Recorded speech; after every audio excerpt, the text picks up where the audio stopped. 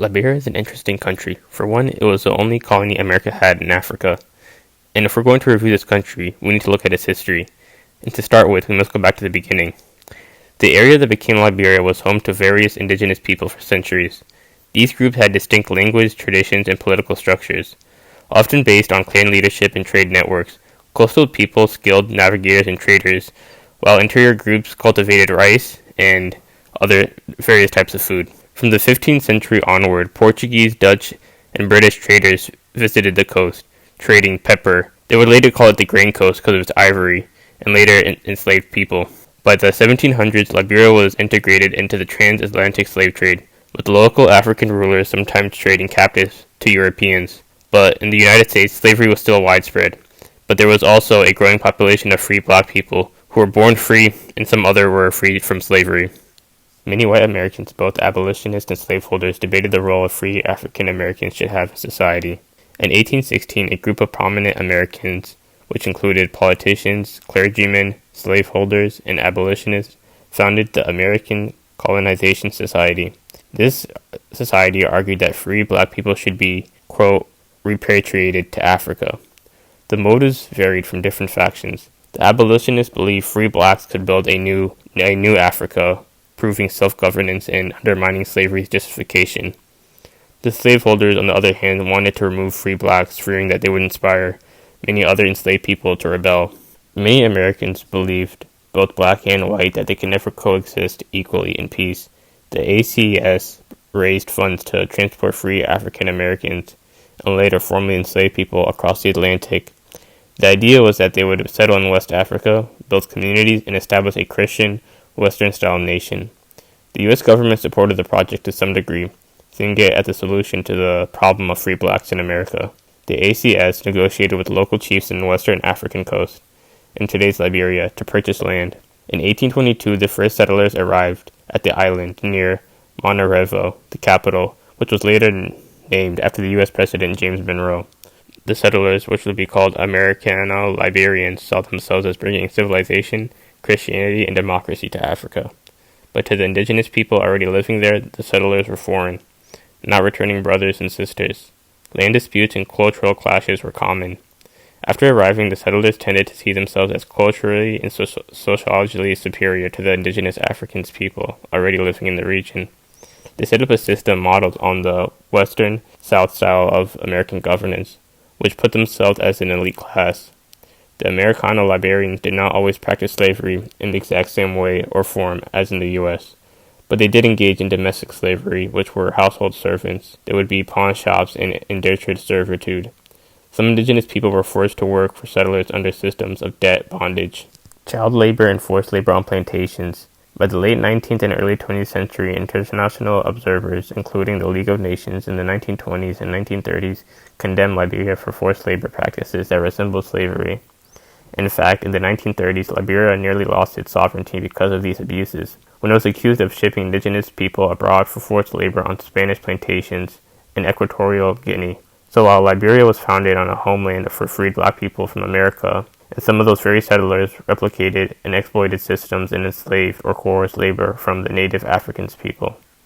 Some settlers began to impose labor systems on indigenous people, echoing the U.S. plantation culture. Conflict broke out with local tribes who resisted land secessions. Slaves who refused the leadership of blacks from America had severe punishment and coercion, which came through Americano-Liberians' political dominance and alliance with chiefs who supported labor. Families were less likely to be permanently separated, but children could be taken as pawns or sent abroad. The colony grew slowly with harsh conditions, tropical diseases, and high mortality among settlers.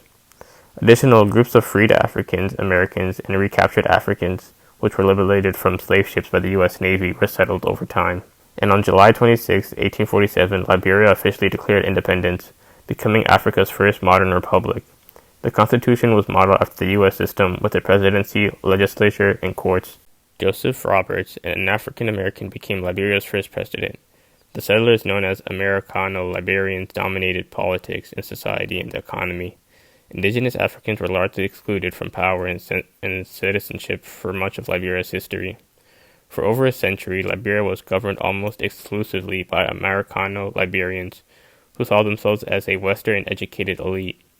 The ruling party was the True Whig Party, which controlled Liberia from 1878 to 1980, a one-party state in practice.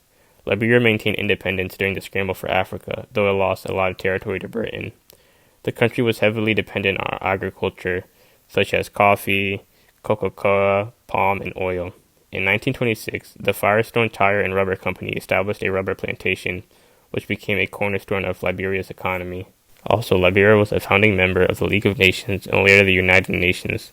As the 20th century rolled in, things in Liberia were not getting any better.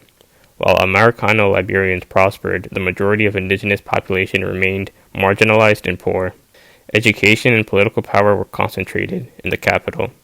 Discontent grew among indigenous groups, setting the stage for upheaval, and by the late 1970s, economic inequality worsened, and President William R. Tolbert faced mounting protests, and on April 12, 1980, Master Sergeant Samuel Doe, an indigenous clan leader, led a coup which assassinated President Tolbert, and he seized power.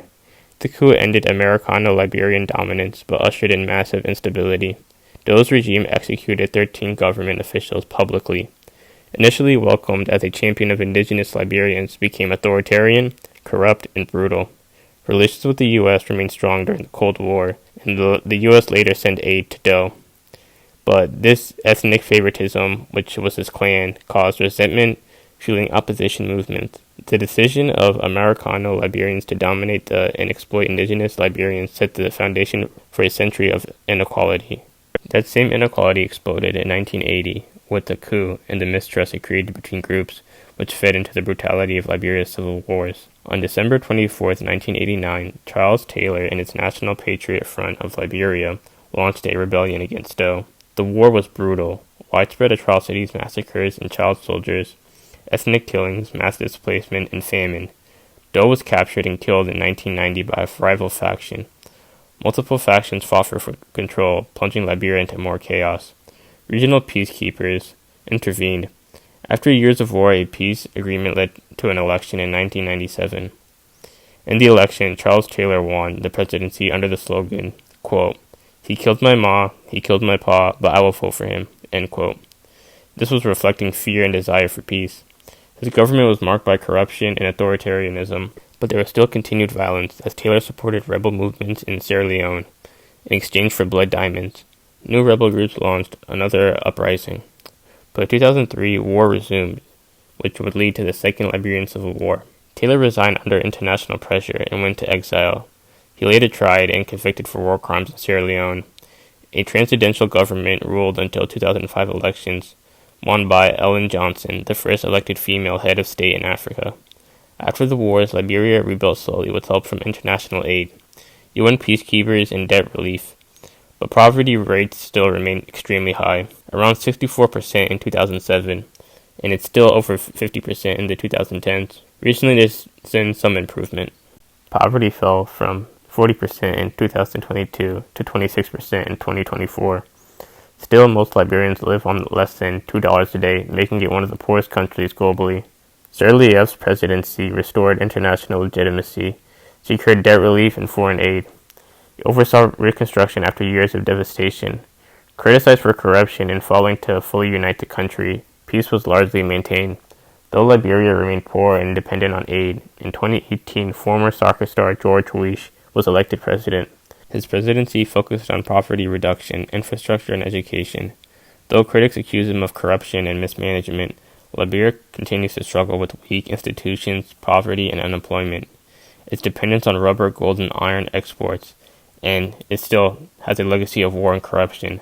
If you like this video, let me know what you think in the comments, and thank you for watching.